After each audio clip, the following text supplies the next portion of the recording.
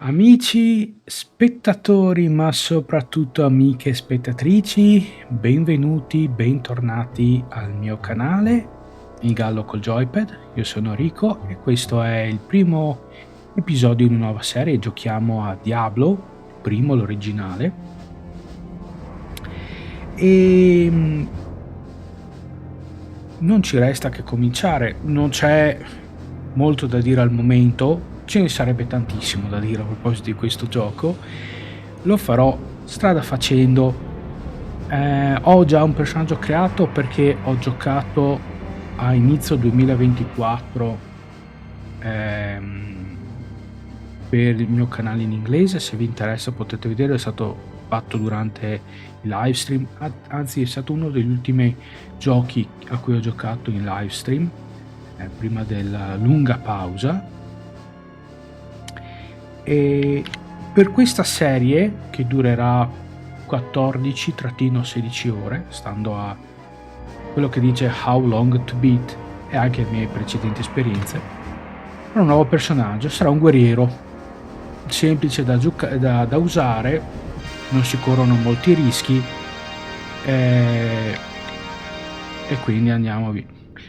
Sto giocando la versione disponibile su GOG, Google Games GOG, e fra le tre versioni, sottoversioni incluse nel pacchetto, sto giocando il gioco base con supporto per grafica HD e senza Battle.net, che è la versione esclusiva di GOG. Altrimenti il gioco al momento, aprile 2025, è disponibile anche sul Microsoft Store e sul Game Pass PC.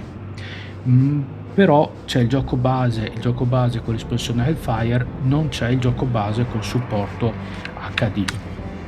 Quindi bando alle ciance. Questa, per la cronaca, è la quarta volta che provo a registrare questo video. Ok, eccoci qua. Allora, supporto grafica HD vuol dire grafica un po' più pulita, meno pixelosa. Viene preservato il rapporto dello schermo a 4 terzi, non viene esteso a 16 noni con diciamo problemi di stretching della grafica. Allora, il gioco inizia qua, siamo nella città di Tristram, che funziona come hub, diciamo. Torneremo qui al villaggio dopo ogni campagnata nel dungeon e siamo qui per risolvere dei problemi. Ci sono dei problemi da risolvere. Nella storia di Diablo 3 è stato spiegato che il guerriero dei tre eroi, il guerriero quello che dal punto di canonico sconfigge Diablo alla fine, spoiler, alla fine viene sconfitto Diablo, in verità è il principe, è il figlio maggiore di Re Leoric e quindi il fratello del principino Aldert, che viene rapito vabbè, ma scoprirete. Allora, ci sono i personaggi, si può interagire con loro.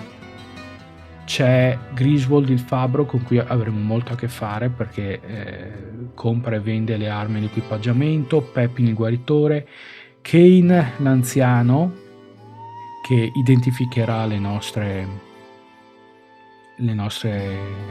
ritrovamenti. Di solito si danno informazioni del background, della storia, altre cose. A volte danno anche delle quest, delle missioni che sono scelte casualmente quando viene generato il gioco, per cui può capitare che ci siano delle missioni che non affronterete durante una partita, ma potrebbe capitare che affronterete in quella successiva. Cominciamo a parlare con Ogden. Gioco, vi ricordo, in inglese. Se ci sono informazioni interessanti ve le riassumerò. Non so se la traduzione automatica dei sottotitoli di YouTube possa fare qualcosa per darvi già una traduzione, ma c'è molto da fare, non vorrei allungare troppo il brodo con anche le traduzioni di quello che avevo detto. Thank goodness you've returned. Much has changed since you lived here, my friend. All was peaceful until the Dark Riders came and destroyed our village. Many were cut down where they stood, and those who took up arms were slain or dragged away to become slaves, or worse. The church at the edge of town has been desecrated and is being used for dark rituals. The screams that echo in the night are inhuman, but some of our townsfolk may yet survive. Follow the path that lies between my tavern and the blacksmith's shop to find the church and save who you can. Perhaps I can tell you more if we speak again. Good luck. Ok, quindi il background di tutto questo è che questa città di Tristram, l'arcivescovo Lazarus, ok, con una scusa ha attirato tutta la popolazione nelle catacombe, nelle cripte sotto la chiesa, e praticamente sono stati trucidati, sopravvissuti schiavizzati, altre cose. Quindi fin da subito sappiamo che c'è del marcio e l'arcivescovo è dietro a tutto questo. Poi, volendo, parlando indietro, ci si potrebbe davvero perdere interi episodi che cercherò di tenere sui soliti 25 minuti, vedremo. Wow, what can I do for you? Parliamo, si può anche parlare con i PNG, personaggi non giocanti, che daranno altre informazioni sul background, altre cose. E a volte proprio così si potrà avere accesso ad alcune missioni, quindi è buona cosa ogni volta che si acceda a un nuovo livello del dungeon e si torna in città, parlare con i PNG, ok, popolani, per avere eventualmente l'input per una nuova missione. Per ora l'unica cosa che sappiamo è che dobbiamo prendere la strada fra la taverna e il negozio di Griswold e seguirla per arrivare alla cattedrale. Ecco, vi ho detto che c'è, anzi non ve l'ho detto, era la volta precedente, c'è un'espansione per questo gioco, si chiama Hellfire, è inclusa nei pacchetti disponibili su GOG o sul Windows Store, e non è stata fatta da Blizzard, ok? Io ce l'avevo quando l'ho comprata, quando è uscita, ci ho giocato, è valida. C'è un problema, diciamo, secondo me, di integrazione dei contenuti nuovi con quelli vecchi, ma è proprio, si va, come si dice, a spaccare il cappello in quattro. Ok, vediamo un PNG morente, un cittadino, ok, comunque ferito. Please, listen to me. The Archbishop Lazarus. He led us down here to find the lost prince. The bastard led us into a trap. Now everyone is dead, killed by a demon he called the Butcher. Avenge us! Find this butcher and slay him, so that our souls may finally rest. Ok, allora due cose. Vabbè, quello che ci dice è che l'arcivescovo Lazarus ha convinto i popolani a scendere giù nella cripta alla ricerca del piccolo principe rapito, li ha condotti in una trappola e sono stati massacrati da un demone che lui chiama il macellaio, The Butcher, ok? Famosissimo nella saga di Diablo, no? Non mi ricordo se in Diablo 2 ci sia il macellaio, so per certo che c'è nel 3 e nel 4. È uno dei mostri iconici del gioco. Attenzione, questa missione, l'altra cosa che volevo dirvi è che non è sicuro al 100% che ci sia in una partita. Ha una percentuale molto alta di essere chiamata. Per esempio, non mi pare di averla avuta nel precedente playthrough, quello che ho fatto nel live stream con Selene la ladra. Your death will be avenged. Sì, quindi Allora, The sanctity of this place has been fouled. ok. Bene, siamo qui, salviamo. Adesso c'è un problema. Ah, non posso salvare? Sì, scusate. Ok, salvo. Uno dei problemi, ma non è mio in questo preciso frangente, in questa precisa situazione. C'è un solo salvataggio. Non è hardcore, ok? Però c'è un solo salvataggio. È un problema, non è un problema di per sé, anzi, semplifica la vita. È un problema per chi fa video, perché se succede qualcosa e viene perso il filmato, non c'è modo di tornare indietro e ripetere quel segmento lì. Ok? Quindi incrocio le dita che vada tutto bene. Purtroppo finora le cose non sono andate sempre bene. Tant'è vero, vi ho detto, questa è la quarta volta che registro questo primo episodio. Ok, un'armatura. Allora, noi cominciamo, il nostro personaggio comincia con una spada, una daga, uno scudo e una mazza. La mazza, a dire la verità, l'equipaggio subito perché va molto bene, una clava. Ok, ha un bonus ai danni contro non morti e qua fra scheletri e zombie ne troveremo parecchi. Abbiamo degli stracci, ok, sempre meglio di niente, sta già per rompersi. Allora la lascio giù. Ok, si può richiamare la minimap, possiamo andare in 3 direzioni, molto bello. Ok, una cosa, mi sentirete cliccare come un dannato, probabilmente riuscirete a sentire attraverso il microfono che clicco, perché in questo gioco, a differenza dei successivi della serie, ogni attacco, bisogna cliccare per ogni attacco, è un miglioramento della qualità della vita, è stato introdotto nei giochi successivi, che basta tenere premuto per continuare ad attaccare. C'è un altare, io salvo, vedo che cosa c'è e semmai ricarico. Allora, nuova forza è forgiata dalla distruzione, quindi mi hanno ridotto a 1 la durata di questo scudo e mi hanno aumentato la durata della clava, che adesso ha 30. Vabbè, speriamo che questo scudo non si squagli alla prima occasione.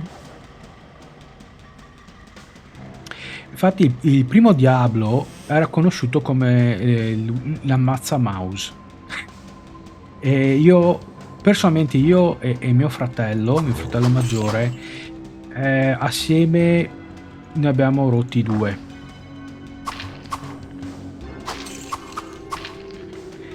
Di mouse è un po' come Decathlon per Commodore 64. Se avete la metà o avete qualche annetto di più, sicuramente sapete cosa intendo. Decathlon, gioco sportivo fatto da Activision nel 1984 e sulla base di Track and Field Hyper Olympics di Konami, o Konami, scusate. E quindi richiedeva, praticamente le competizioni sono quelle dell'atletica leggera,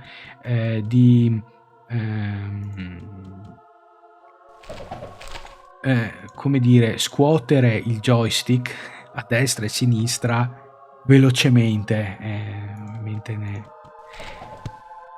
ok, un libro di incantesimi. Questo è molto interessante. Non so cosa ce ne frega, perché il guerriero è un po' inutile.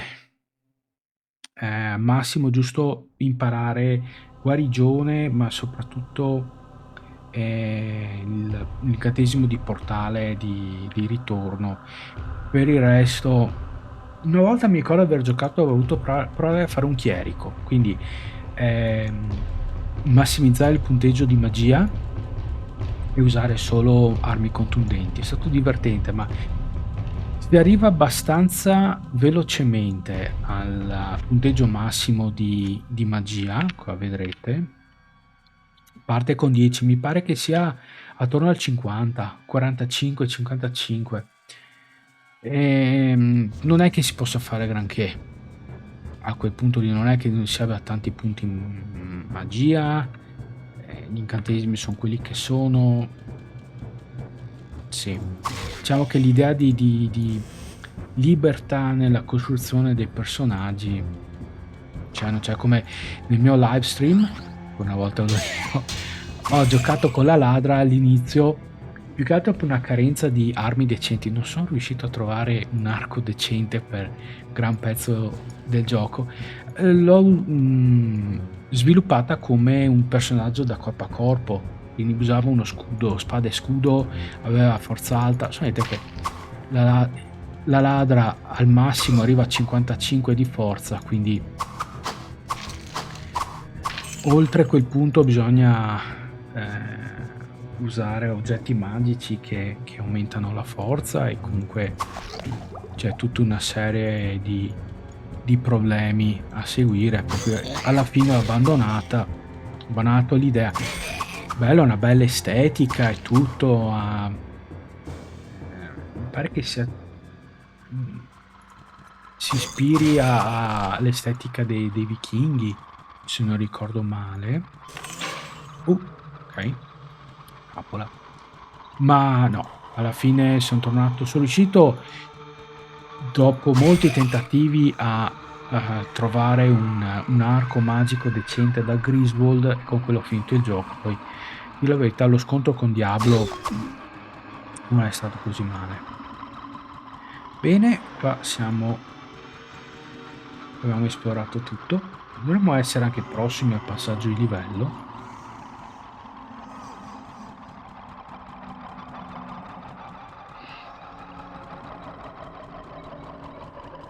Quindi, se devo dire una cosa, io ho giocato a tutti e 4 i Diablo. Mi manca Diablo Immortal, non ci ho mai giocato, a dire la verità. Però ho giocato all'1, il 2, il 3 non ne parliamo, ne ho giocato veramente tantissimo, sia su console che su PC. E ho giocato al 4, l'ho finito, ho finito la campagna, e di recente ho comprato l'espansione, ecco qua, ho passato i livelli, e ci ho ripreso a giocare, mi piace anche quello. Fra i 4 il 2 è quello che mi piace di meno. In tutti c'è un'illusione di caratterizzazione, di personalizzazione del personaggio.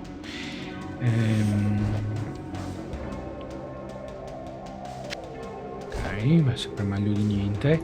In questo, come ho detto, i personaggi si possono scegliere come si chiamano? Si possono attribuire i punteggi delle statistiche, ma alla fine fra tetti massimi da rispettare e effettiva utilità non è che puoi prendere come ho detto, il partito di guerriero e fare un guerriero mago, chiamalo chierico, chiamalo come vuoi, perché avrà comunque dei grossi limiti nell'utilizzo degli incantesimi. Stessa cosa al contrario per gli altri personaggi. Anche se mi viene il dubbio che la ladra forse è quella con le minori capacità magiche. Volendo potrei già andare a livello 2, ma sempre meglio esplorare tutto. Ok? Qua attenzione che ci sarà sicuramente un barile esplosivo.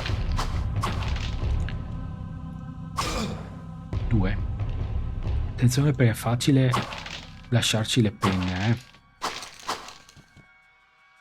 Ok, ti ho visto qualcosa muoversi qui. Ok, blocca diversi colpi con lo scudo, che va sempre bene. E un arco corto magico. Andiamo a vedere poi che magia ha. Qua ho corso un rischio. Ok, venite. Il 2 c'è anche il discorso di talento. Allora, i talenti sì, quello, poi ci sono le cosiddette build, cioè le sottoclassi, possiamo dire così. Il discorso però delle caratteristiche, forza, magia, destrezza, quelle cose, alla fine, se andate a vedervi, ci sono delle scelte obbligate da fare. Quindi anche lì, dal terzo in poi hanno tolto proprio il discorso delle caratteristiche da attribuire al passaggio di livello, perché quella è una cosa secondo me che Diablo 3 ha mutuato da World of Warcraft. Contano relativamente alla fine. Io mi ricordo Diablo 2 alla fine, il paladino ad esempio, Diablo 2 per forza di cose, se punti in alto, se punti a livelli di difficoltà superiori, devi usare lo scudo. Se usi lo scudo devi avere un certo punteggio di destrezza, di mantenere, in modo da avere il massimo della percentuale di bloccaggio degli attacchi. Poi forza, ovviamente, tutto il resto va in forza, perché maggiore è la forza, migliore è l'equipaggiamento che si può usare. Ovviamente fino a un certo punto, poi no, se non vi serve il come si chiama, il loot in Diablo 2 e gli oggetti magici hanno una cosa un po' particolare, per cui in alcune situazioni può bastare degli oggetti che si trova a difficoltà normale, non deve andare a difficile, hard, hell, compagnia varia. Un discorso un po' per conto suo. Però sì, non è che si possa, non so, più che altro è per vedere se stai facendo le cose giuste. Non è tanto per darti una maggiore personalizzazione del personaggio, caratterizzazione del personaggio. È più, sai che se hai un paladino e stai mettendo troppi punti nella caratteristica magia, forse stai facendo qualcosa di sbagliato. Il fatto che abbiano aggiunto molto tardi la possibilità di fare un respec, una rispecializzazione, oh, questo ha 5 di armatura, non male. Qua ho una sciabola, un arco che non possiamo usare finché non identificato. Ah no, questa è una daga, questa è una spada corta. Vabbè, ad ogni modo, poi Diablo 3 e Diablo 4 hanno tolto il discorso delle caratteristiche, che secondo me a quel punto lì è diventato superfluo.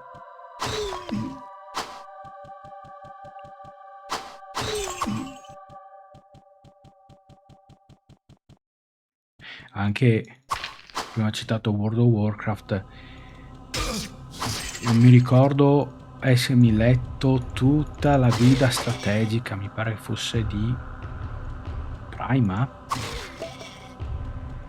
no, Prima, ma non mi ricordo, e in cui diciamo gli elfi della notte cominciano con 2 punti in più di destrezza, quindi sono più portati alla classe del ladro o del cacciatore.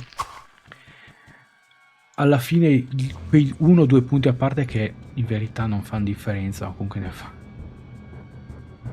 Arrivare personaggi che hanno 300 punti in una caratteristica, fra i bonus dell'equipaggiamento e altre cose, quei 2 punti di vantaggio iniziale si perdono. Quindi, ok, io sto molto attento a sto punto, dovrei stare vicino, credo, a passarti livello. No, non proprio. Mi bevo una pozione, perché sono esploso tante di quelle volte spaccando i barili. Potrei equipaggiare un arco. Ok, vediamo un po'. Ho già finito il livello. No, no, mi manca. Ok, allora sapete cosa? Perché vedo che il tempo si sta esaurendo. Vado al villaggio, vendo,